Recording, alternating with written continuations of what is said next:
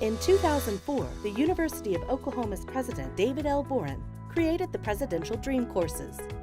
These courses offer OU faculty the opportunity to dream, crafting a unique community of learners, networking some of the world's best scholars to engage OU students. As a result, the University of Oklahoma offers courses and degrees that compete internationally, equipping students for bright futures. Select faculty at the University of Oklahoma are awarded funds to enhance semester-long courses already scheduled for the academic year. This funding brings in several content experts during the semester to interact with students in the community. The visiting experts often deliver public lectures, helping to celebrate teaching and learning, empowering dedicated faculty to build a community of learning in Oklahoma and beyond.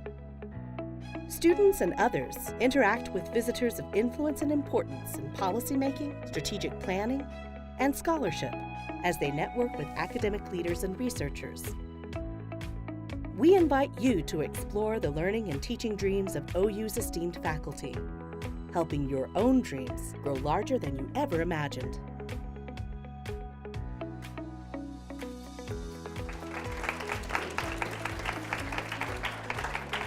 Thank you very much, and thank you for inviting me, Adriana. It's wonderful to be here, not least because the weather is so amazingly clement. We just come from Chicago, so it's a real pleasure to be a little bit warmer than we've been for the past couple of weeks. Okay, so in keeping with the aim of this series, I want to situate Ebola, the Ebola epidemic of 2014-15 in Sierra Leone, in a slightly broader, well, quite a bit broader historical context. Sierra Leone really is the gateway for British colonialism in Africa. The colony of Sierra Leone was founded in its first incarnation. It's called the Province of Freedom. It was founded in 1787, and the purpose was to rehome the black poor of the City of London, many of whom were by origin ex-slaves who'd fought for the British side in the American Revolution and then had been taken over to Britain and decided that the weather was absolute rubbish and that they petitioned the government repeatedly to be sent back to Africa. And that petition was eventually successful. A group of Christian evangelists, the Clapham sect, led by Granville Sharp, arranged to lease, I think is probably the proper word, land in the Sierra Leone Peninsula. And that was the home for a small settlement in 1787. Through many vicissitudes, it was nearly wiped out in the wars with the French in the 1790s. New arrivals came from Nova Scotia. The Maroon rebels from Jamaica were again repatriated to Africa and joined the Sierra Leone settlement. And in 1808, because there was no secure economic base to the infant colony, it was absorbed into British formal rule. It became a crown colony of Great Britain, and it received a governor and a colonial administration. And the great asset of Sierra Leone, its resource base in those days was poor. The Sierra Leone Peninsula is rocky. There's very little farmland. There were struggles to provide food for the colony. But its great asset was the harbour of the Sierra Leone River, which is one of the largest natural harbours in the world. And it became the home to the British anti-slavery squadron that patrolled the waters of Western Africa, and they brought back captured slave ships after the abolition of slavery in Britain in 1808. The slaves were landed, they were not slaves, they were captives. The captives were landed at Freetown, and they were absorbed into the colony of Freetown. The city was named Freetown in the early period after the Granville Sharp experiment at the Province of Freedom collapsed. The French burnt the settlement, and a new city or a new settlement was founded called Freetown. Freetown thus is the capital of colonial Sierra Leone, but the colony itself is simply the Freetown Peninsula. And in the early days, in the 19th century, in fact, throughout the 19th century, the Sierra Leone Peninsula colony had to deal with the interior, and that dealing with the interior was not always a peaceful affair. So what I want to talk about is the context for the Ebola epidemic in 2014, which is really more than 2 centuries of conflicted relationship between the Freetown settlement and the interior districts of Sierra Leone. And my argument is that that conflicted relationship shaped the response to the Ebola epidemic, out of which we need to learn some lessons now, because in the end the Ebola epidemic was beaten, but there were some anxious moments, and a particular anxious moment was when the local response to Ebola was subsumed within a larger international response, and what had been driven by interior upcountry elements in Sierra Leonean society was then taken over by the capital city elements, and from that stemmed a number of difficulties and disputes and so on, which are still leaving resentments today. So that's an outline of the whole argument. And let me start with just a map showing where Sierra Leone is in relation to the 2 neighbouring countries. And if you look at the point where Liberia, Guinea and Sierra Leone meet, there's a little dent in the map, the boundary at that point, sometimes called on the Sierra Leone side the Kailam Panhandle. And that panhandle was the point where the Ebola epidemic started. And it was completely unprecedented. There'd never been Ebola in West Africa before. And it sprang unexpectedly from that little area where the 3 countries meet. And no one had expected it to arrive because all previous Ebola outbreaks had been in Central Africa. The nearest in West Africa there was an Ebola outbreak in Gabon at one stage. There'd been quite a large outbreak in Uganda in the year 2000. But all the other outbreaks were confined to the Democratic Republic of Congo or to Congo-Brazzaville. And so its appearance in West Africa was simply a surprise out of the blue. No one knows to this day how the virus travelled, but the initial cases were found in that area I've just indicated between Liberia, Sierra Leone and Guinea. I've added a little bit of a historical summary of Sierra Leone, that it was a mid-18th century centre for slave exports to South Carolina. The whole coast of Upper Guinea were particularly active in the mid-18th century. Local slave raiding was intensive in the Sierra Leone hinterland, and slaves were being shipped out, especially from what are called the northern rivers, which are the rivers between Guinea-Bissau and Sierra Leone Freetown. There were both American and British slave traders in those rivers, and they exported particularly to South Carolina, to Charleston, because Charleston was a major importer of slaves that had some knowledge of rice technology. All the farming in this part of Upper West Africa is rice farming. Rice is the major staple. And so the purchase of slaves were quite keen on slaves from this region because they knew about rice cultivation. So then the late 18th century coastal settlement for ex-slaves that I've just explained about was established on the estuary of the Sierra Leone River. And then in the 19th century it developed as a distinctive urban economy and society dominated by the so-called captives, recaptives, people who'd been taken into slavery but never experienced slavery. They were on slave ships that were then captured by the British Navy and escorted to Freetown. And those populations, many of them came from Nigeria, many of them were refugees that had been sold as slaves in the fighting of the Yoruba civil wars of the 1820s and 30s. Others were taken from the coast of eastern Nigeria. They were Igbos. There were many Angolans also, because Angola was a center of the slave trade to Brazil at that time. And they were all landed in Freetown. It was a polyglot society in the 19th century.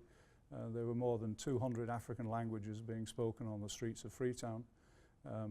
And out of this melting pot emerged a distinctive Creole community. And the Creoles were the allies of the British. Africa's oldest university is Furah Bay College in Freetown. It was established as a college for Bible studies in 1827, year before University College London, my old college. and later it affiliated with the University of Durham in Britain and was granting degrees through Durham from the 1870s. So many of the Creole educated elite were trained as doctors and lawyers and so forth, and ministers of religion. And they worked, many of them worked in the colonial bureaucracy, because in the 19th century, Sierra Leone was the white man's grave. The life expectancy of colonial civil servants from Britain was very short. It was measured in months rather than years. I think it was true that only one colonial governor in the 19th century ever retired. All the others died in office of malaria. And the Creoles, being an African population with some immunity to malaria, suffered from malaria, but they didn't die from it. So they were effective agents of the British, and they became doctors and traders and ministers of religion. And they penetrated the interior of the what's now Sierra Leone, the interior areas behind the Freetown settlement, and established businesses and so on in the 19th century. It was an interior frontier of British colonial expansion. But Sierra Leone was more important than just the small country that you see before you on the map, because the harbour was a major point for the redistribution of shipping and imports into the emerging African colonial empire of the British. And even as recently as the Falklands-Malvinas War of Mrs. Thatcher in the 1980s, the Freetown harbour was pressed into service again by the Royal Navy. Hundreds of ships were at anchor in the Freetown harbour as they gathered to sail across to the South Atlantic. So the importance of the harbour as a strategic resource is enormous, and in a sense you could say the harbour was the greatest export of Sierra Leone. There wasn't much apart from that came out of the colony once the slave trade had been abolished. So we have a country in two unequal parts. As I say, the settlement of the Crown Colony, but again I emphasise that was just the peninsula of Sierra Leone, which is a rocky peninsula, there's not much farmland. And there were a few affiliated coastal territories a bit further down the coast, British Sherbra Island and so forth. But it was not a colony that was capable of feeding itself by any means. It didn't really have an independent economy. It was engaged in entrepot trade between the interior and the Atlantic. And once the slave trade was abolished, that presented a problem to the governors of the infant Crown Colony because they didn't know where to get their income. There was no tax base. They couldn't. They had very few exports to tax, and indeed very few imports because the colony was always on the verge of bankruptcy and suffering from extreme poverty. So it was highly dependent on British aid, including humanitarian aid, and missionaries arrived in Freetown to build a platform for missionary expansion into other parts of West Africa. And indeed, the educated Creoles became important missionaries, having been born in Freetown, but with family roots back in Western Nigeria, say.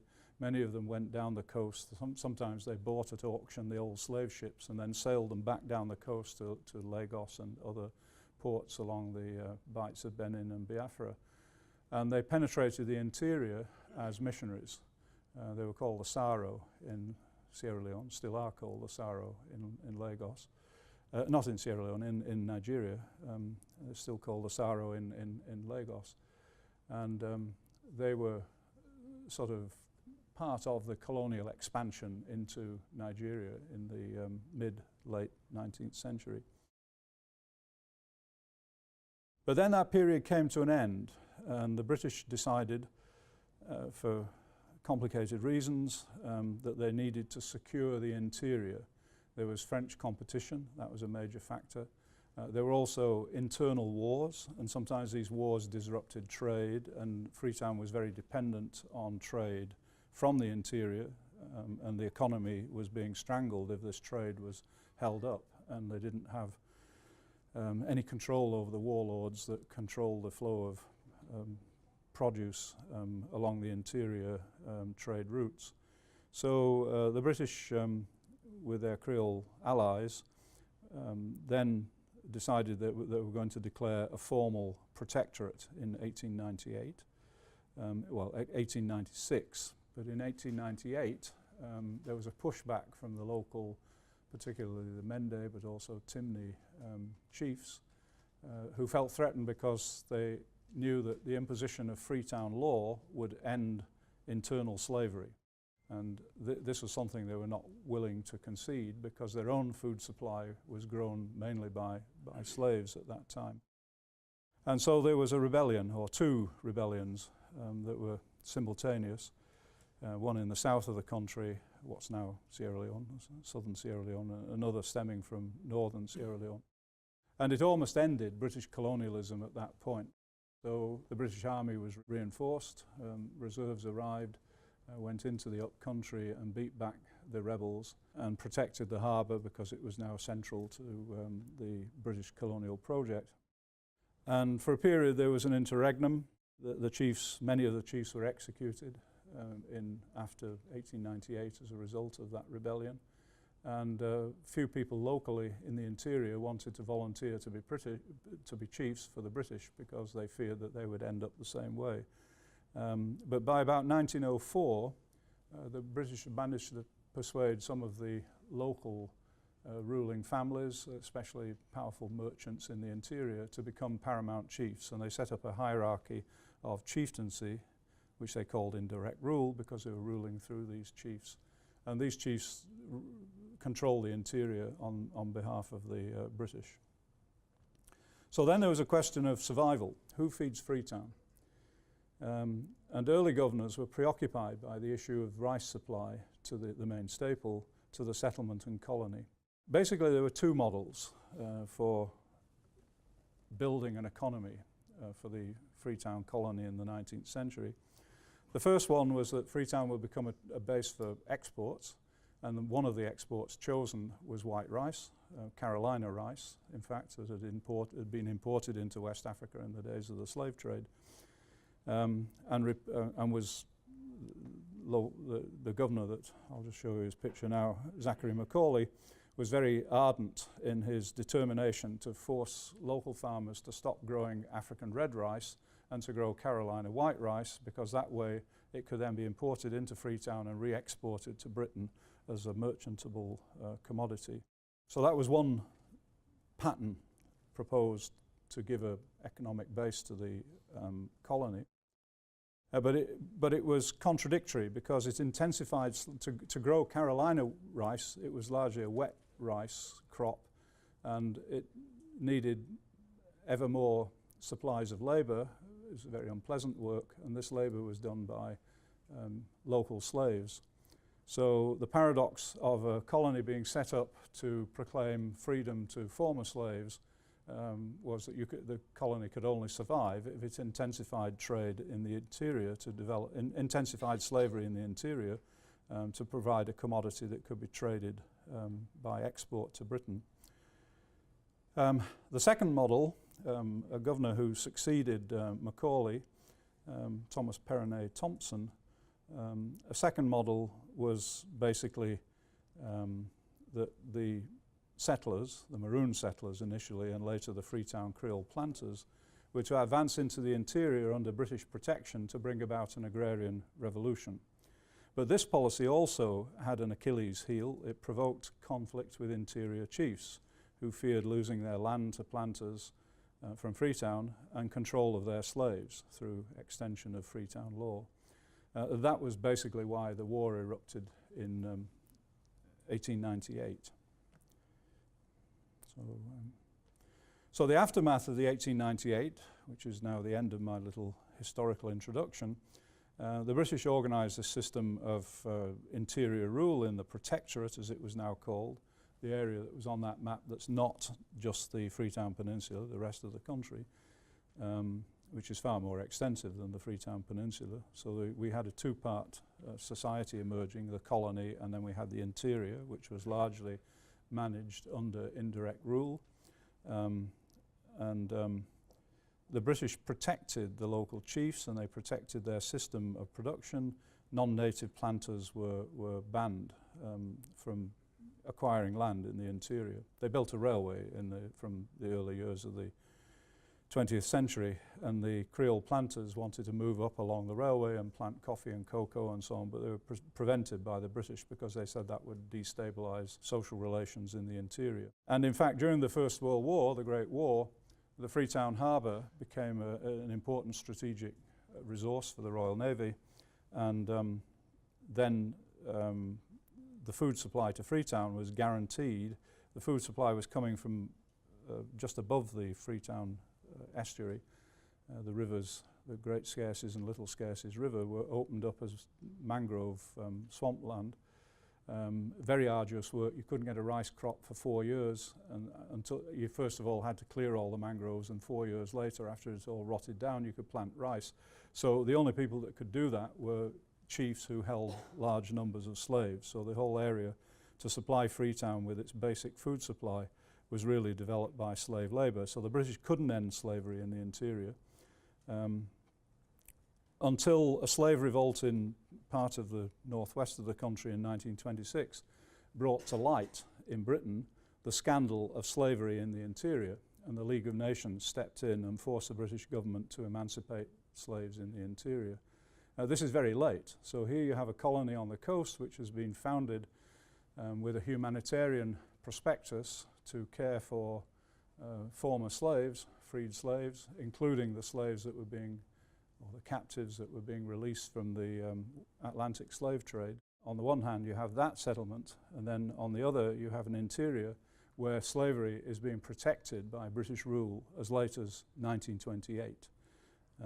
My own mother-in-law was born in that era and remembers slaves in the house that she was brought up in. It's given me descriptions of it. So it's within living memory, or just within living memory. And thereafter, the food supply to Freetown became increasingly dependent on imported rice. And ever since the 1930s, there's been this huge cry that Freetown is starving, it needs food supply. The government should go into the interior and force farmers to produce rice that can be shipped to Freetown. But if they don't do that, then Freetown turns to the rest of the world and asks the humanitarians to help. And at one stage, a lot of that help came from American PL 480 rice, Public Law 480, which allows the American government to buy surplus rice from American rice producers and sell it below cost price to aid agencies, the World Food Programme and other aid agencies working in West Africa. And many USAID projects in Sierra Leone over time have been funded by PL 480 rice. They get the grant of rice, they sell it to local rice dealers, and with that money they fund their development projects. So imported rice was integral to the emergence of the modern aid and humanitarian system. So a rift was opened between traders, represented strongly, of course, in Freetown, but also in provincial towns selling rice, and peasants who were growing rice, but growing rice on their own terms. And so there was a conflict between town and country that trended towards a civil war in the late 20th century, 1991 to 2002, which I've interpreted, some disagree, but I've interpreted as an agrarian rebellion. And after the war, or during the war even, a humanitarian state emerged because it was the country's largest export. There's international sympathy for what was going on in Sierra Leone to be able to bring food supplies into the country to feed displaced people. At one stage, the rebellion of 1991 to 2002 had displaced more than half of the population of the country, and they were either in refugee camps around Freetown or around the more secure towns in the interior, and they were being fed by humanitarian agencies with imported rice. So my analysis of this brings in a sociological dimension now before I actually turn to Ebola itself, and I've titled this particular section, "A Landscape Scarred by Slave Raiding?" So the scars of this internal, the slaving that fed the transatlantic slave trade in the mid-18th century, followed by the intensified local slavery that was encouraged, shall we say, or driven by Freetown's demand for food, became a serious factor in disturbing social relations in the interior. And at emancipation, we have one survey that suggests that slaves were numerous, up to 25 to 30% of the rural population, among some of the later arrived ethnic groups or linguistic groups within Sierra Leone. The Susu and the Mandingo of the northwest and the northern part of the country had slave percentages up in that range, 25 to 30%. But other groups, slaves were much less numerous, especially among the Limba, the Kissi and the Gola, who are groups that have a long history in Sierra Leone. If there's any groups that could claim to be indigenous, the linguistic evidence and some genetic evidence suggests that these are the longest settled groups along the edge of the forest in this part of West Africa, and they had the lowest numbers of slaves. And these groups historically showed a strong tendency towards agrarian self-reliance and cultural autonomy in terms of, for example, resistance to world religions and in terms of resistance to entrapment in trading relationships.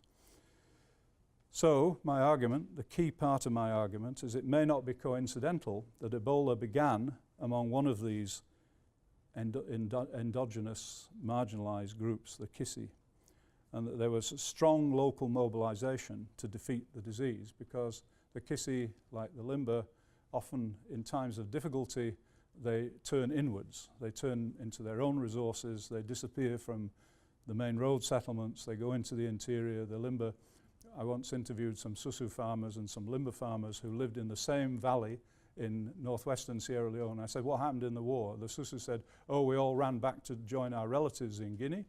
And the Limba said, no, we didn't run anywhere. We're from here, and we went into caves in the ground and hid. And I think that difference is not just a local ethnic stereotype. I think it does represent a different approach to challenges. And the local approach is to go into the bush, go into the forest, and gather resources to fight whatever the enemy might be.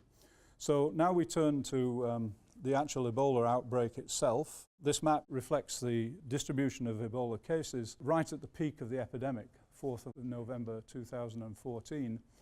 And you will see that in the eastern part of the country, that was where the earliest cases were. If you look into the details of that map and you look at the earliest area where Ebola spread, including that big dark orange patch which is around Kenema, where there was a huge nosocomial outbreak. Nosocomial means an infection where medical treatment has spread the disease. So Kenema Hospital, because the staff were not trained to deal with Ebola, they didn't have the resources, they didn't know what Ebola was, it was a new disease, they'd never seen it before. And in the period June-July 2014 in Kenema, there were many cases caused by patients being taken into Kenema Hospital with other diseases like malaria and contracting Ebola as a result of being taken into a hospital where the nurses were also dying in large numbers of Ebola, and the country's lead virologist, Dr. Khan, was also a victim of Ebola at that time. But that was more or less the end of that outbreak in the east of the country. By that point, by July and August, there was evidence that the epidemic that had started in the tip of the Kailaon district panhandle, where the border of Sierra Leone and Guinea and Liberia meet, Kissi-Teng chiefdom was the first major outbreak area. The Kissi people had found a way of dealing with the epidemic, and they had no more cases.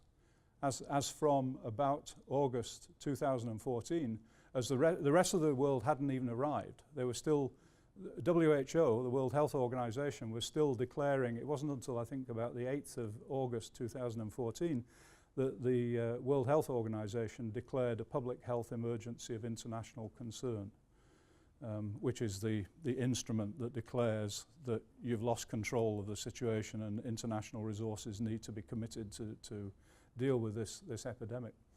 But by that stage, in most of Kailaon, the epidemic was on the downturn, and in one chiefdom, which was one of the two earliest areas of heavy outbreak, Jawi chiefdom, the epidemic was at an end.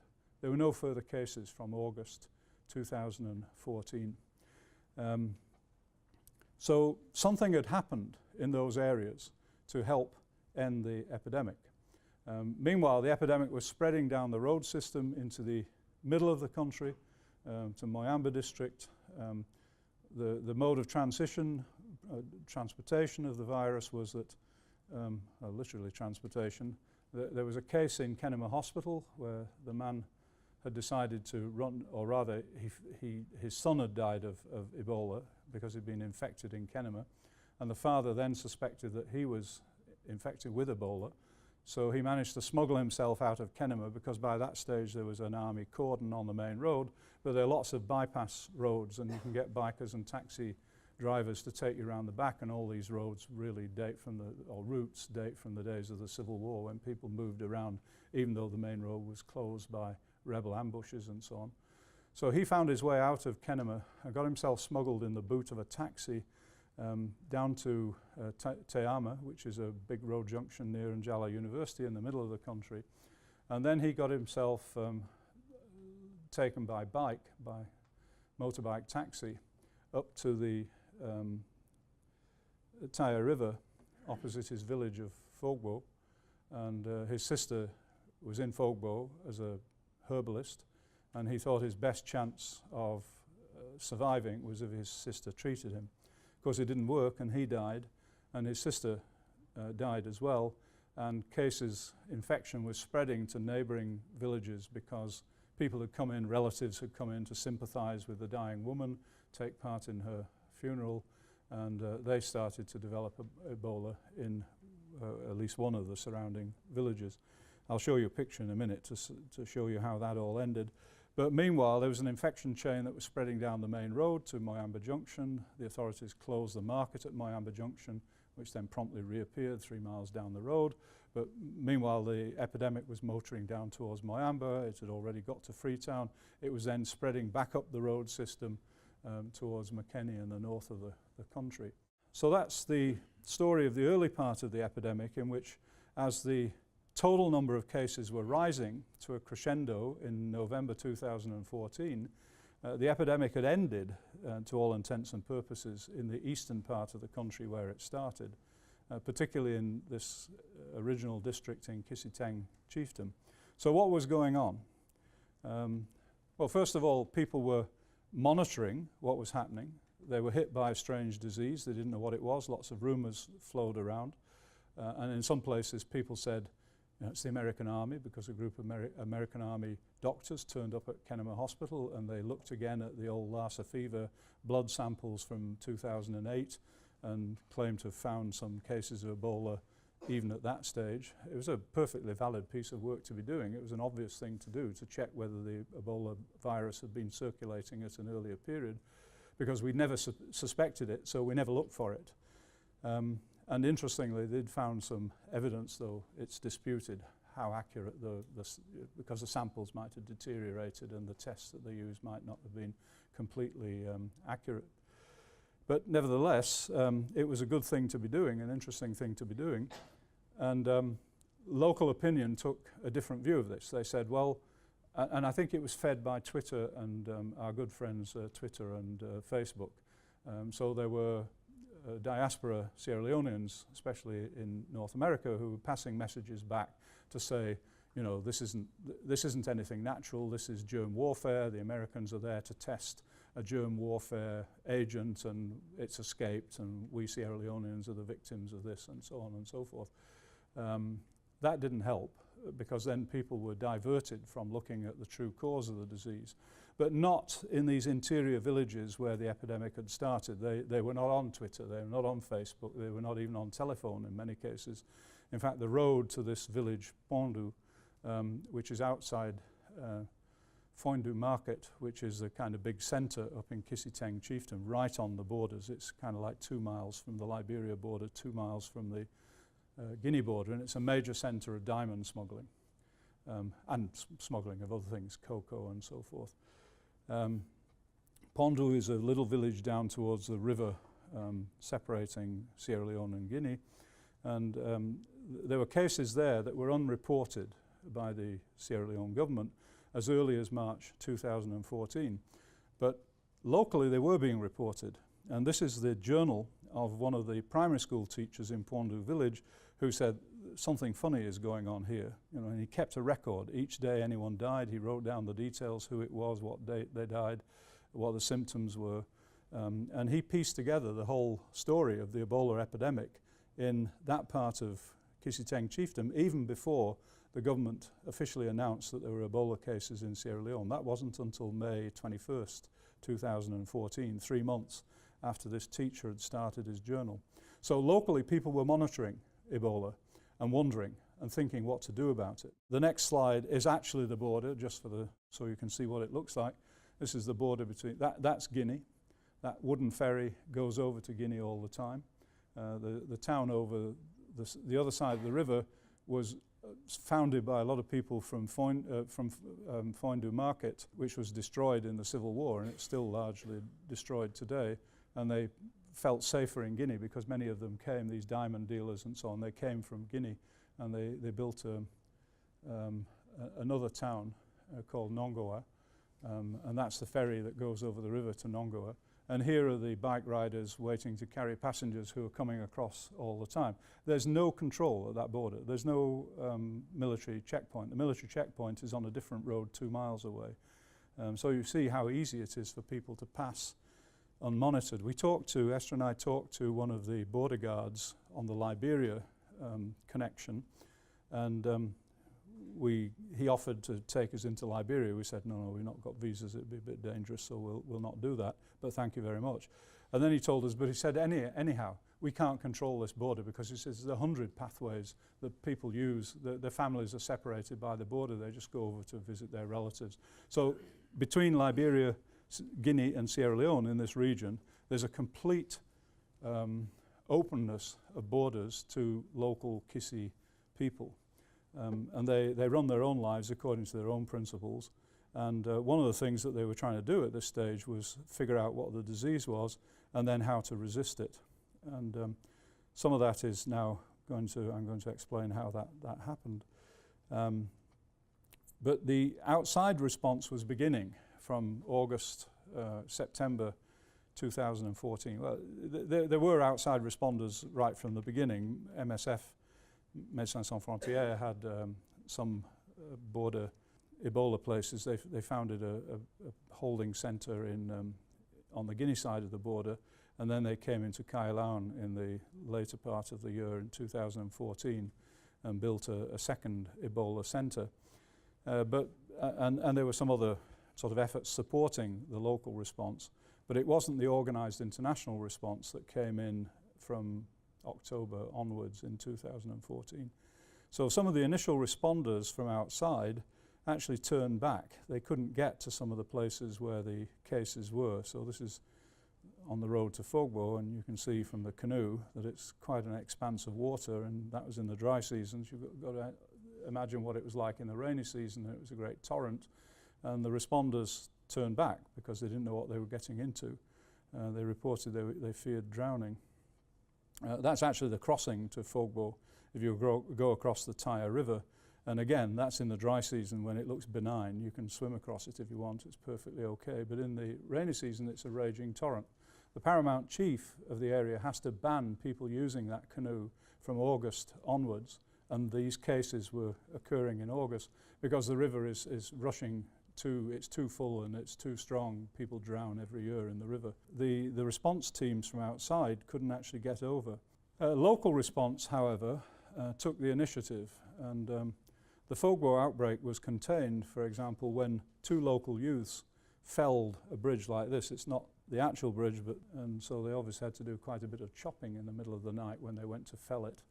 The elders of the community didn't want them to do it, but they said, we're next. They'd seen the epidemic spread from Fogbo to a little place called Bauya, and then they were on the direct track from Bauya in a place called Waima, and it has a health centre, so they thought people would be rushing down there with cases of Ebola, and they thought, we have to protect ourselves. And it caused a lot of controversy. A lot of relatives said, you've cut us off from our relatives, we can't do our duty and go and visit them. But they said it's more important that we halt this epidemic in its tracks. So the local people took these boys down to the paramount chief in August and complain. They said, without authorization, these youths have chopped down our bridge. It's the only means of connecting with our relatives. And the paramount chief said, go away. They did the right thing, because the government has said that we mustn't move around from village to village because it will risk spreading the disease.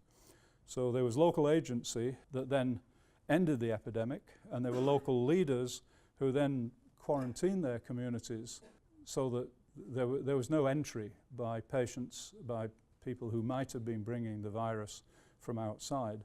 The government passed bylaws. The bylaws had originally been created by local leaders in Kailau, and then they were adopted nationally and published about the middle of August in 2014.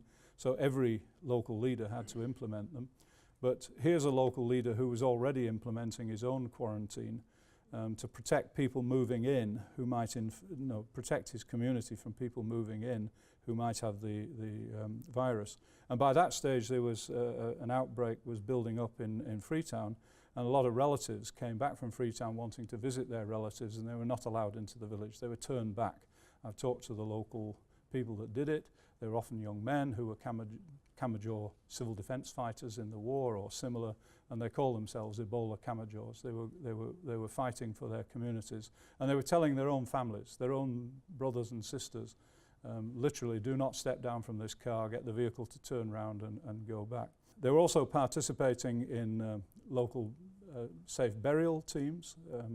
The first attempt to create a burial team for this area around Fogbo failed because the outsiders couldn't cross the river, but then the chiefdom authorities said, we will mobilize a team of volunteers and they will be trained by I think in this case one of the agencies, I forget which, Plan International came and did the safe burial training. But the local volunteers were there. They said, we'll be better at this because we know the local area, we know the people we're burying, we'll respect them, people will agree to use our services, whereas they will not be happy with an outside team trained in Freetown or in Bo or wherever. This is the paramount chief in Kamajay chiefdom showing off his Ebola holding pen. It doesn't look much, but it at least was a bit of shelter from the rain. He was at a place with no roads. The road to Gundama is extremely bad in the rainy season. Vehicles can't get through. But he's on a network of paths that come all the way from Yoni in the north of Sierra Leone, where there was an outbreak at a humanitarian hospital called Lionheart Foundation Hospital. And people could have come down the 8 miles down that path seeking help in Gundama. And they could have come from Fogbo, which is 10 miles to the west, on a path that you can walk in the rainy season. If you can't get across the river, you can come as far as Gundama. So Chief knew what he was doing in preparing. They didn't have to use it in the end. So there was a strong local response, and that local response was being mobilized without necessarily being coordinated by the international community. Well, certainly without being coordinated by the international community. It was largely invisible to the international community. But we're now about November in 2014, and the total load of cases is still going up because the disease is now in Freetown, which is a hugely densely populated area with a population. If you take into account of the Freetown peri-urban fringe, the population of Freetown is about 1.5 million. And cases were in Freetown, spreading in Freetown and spreading back into the interior in the north and northwestern part of the country.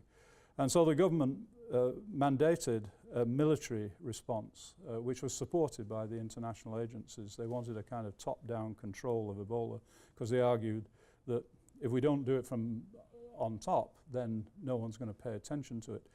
I've some sympathy for that argument in the Freetown context because large cities in Africa are essentially in many ways ungovernable, and a militarized response may have been necessary, but it was highly negatively received in the rest of the country, in the interior in particular, and it undermined, or it competed with, if it didn't undermine, the local response which had been building very effectively to end the disease in Kailau district and areas further down towards Freetown. So the international Freetown-based humanitarian response had begun to eclipse local efforts at control, and it was top-down and efficient, but it excluded features that communities thought were crucial for Ebola control. They thought that burial teams should be local, and they thought that victims needed constant contact with their families to encourage them to survive. And the international response supported large-scale Ebola treatment centres, which were like forts. You couldn't enter them, you couldn't see your relative, you couldn't speak to them, and so on. Let me show you a few pictures before I wrap up of the Ebola treatment centres, just to show you how monumental they were. This is the one at Bandajuma in Bo. Here you can see the sort of remains. A lot of it was burnt once it ceased operating, I mean deliberately burnt. But you can see that a lot of concrete had been invested in that. A better balance between local and international response was attained from December 2014 with the introduction of local community care centres. These initially housed patients waiting for test results, but some carried patients right through the epidemic to recovery. And these were much better appreciated by local groups because you communicate with members of your family. Families were allowed to bring food for Ebola patients and so on and so forth. So reporting was much quicker and better for these small-scale centres than for the large, distant ETCs that were being run by agencies like MSF and the British charity Save the Children. Those of you who've read about Ebola treatment centres will have heard about the red line, the green zone and the red zone, and a red line beyond which you should not pass. So I thought I'd show you a picture of the red line. So in effect, we're looking at, in the Ebola epidemic from November 2014 onwards, we're looking at an old standoff that has returned. The failure of the international response to engage local communities on their own terms and build on what they did generated deep resentments, especially in the interior. At times, local responders were blatantly cut out of resources. Let me show you again the little shed, which was the Ebola holding unit that Chief Sovola had built in Kamajé Chiefdom in Gunuma Kamajé. He applied for tarpaulins from the international community for his little facility to make it more tolerable if you had to spend a night in there waiting for a response team to come and test your blood and declare whether you've got Ebola or not. He was told no, he couldn't have tarpaulins because the tarpaulins were all for areas with Ebola cases. His and his chiefdom's energetic work to make sure that there were no cases in that chiefdom. I'll take you back to the original map and you'll see a hole in the middle of the map, no cases. So there's no cases and he's surrounded by cases. The chiefdom is surrounded by cases. So for all that hard work he's rewarded by saying no, you can't have any humanitarian resources.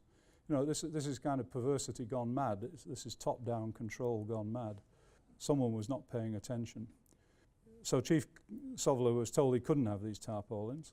And Kissi informants in Kissi Teng, where the epidemic started, the Kissi, remember, are one of these groups of sort of original settlers of the Sierra Leonean forest who tend to go into their interior mentality and fight to save themselves. They don't rely on the outside world very much.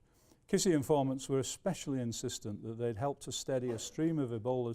They'd helped a steady stream of Ebola tourists from CDC and other international agencies who come rushing up there to try and get evidence on the origins of the Ebola epidemic, and they'd meticulously welcome them all and help them all and never heard anything ever again.